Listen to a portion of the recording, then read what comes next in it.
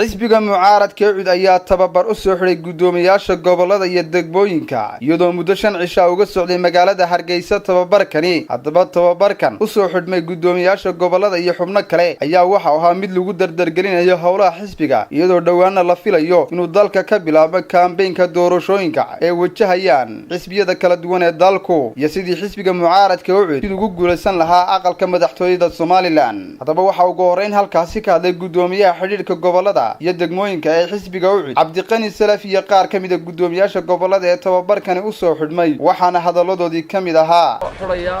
shirkan 5 cisho uga socday halkan hotel Mansour magaalada Hargeysa gobolada xisbiga iyo degmooyinka waxaana leeyahay gobol walba waajibkaaga wad qaatay waana ku mahadsan tahay hal loo diyaar garowstii dalkan uu qabsan lahayn xisbigana aynu guul u gaarsiin lahayn dhamaantiin waad mahadsantiin Soomaaliland guul iyo gobonimo walbina xisbiga ee tusag uu ka yahay mas'uul xisbiga ka yahay waxaan aad iyo aad bulshada u gaarsiinaya war saddexda xisbi waa ogtiin anu soo yeesanaag waan isku darayaa gobolada bari waa ogtiin saddexda xisbi waxa la rabaa in la inaga maamulo gobolada galbeed in la inaga maamulo waxaan daacadnimadii Faysal ku haynaa inuu madaxweyne ku xigeenkiina siiyo miyaa wali aragteen waxayna siiyo madaxweyne ku xigeenkiina siiyo miyaa aragteen markaynu TV-yada daawanayno saddexda xisbi waxay aad u daawadaan oo ku qoslaan hadallada daacadda ee runta ee uu soo jeediyo Faysal Cali Waraab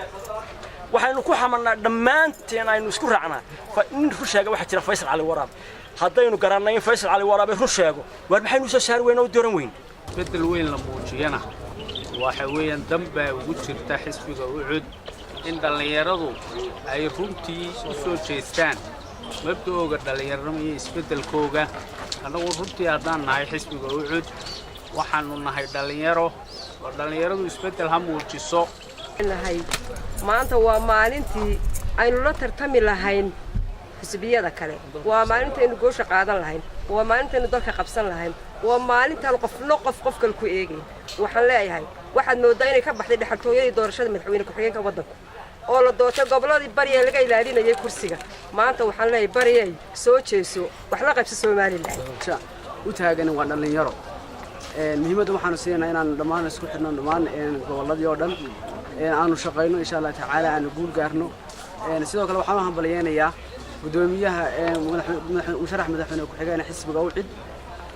waana hambalyo gaar ah ahaantii gartay injineer Faysal Cali Xuseen inuu sharaxo dhalinyar garaadkii gartay inuu hufnaanta iyo kala dambeynta xisbiga UCID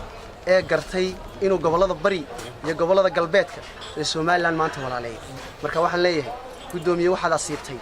waxaad aad iyo aad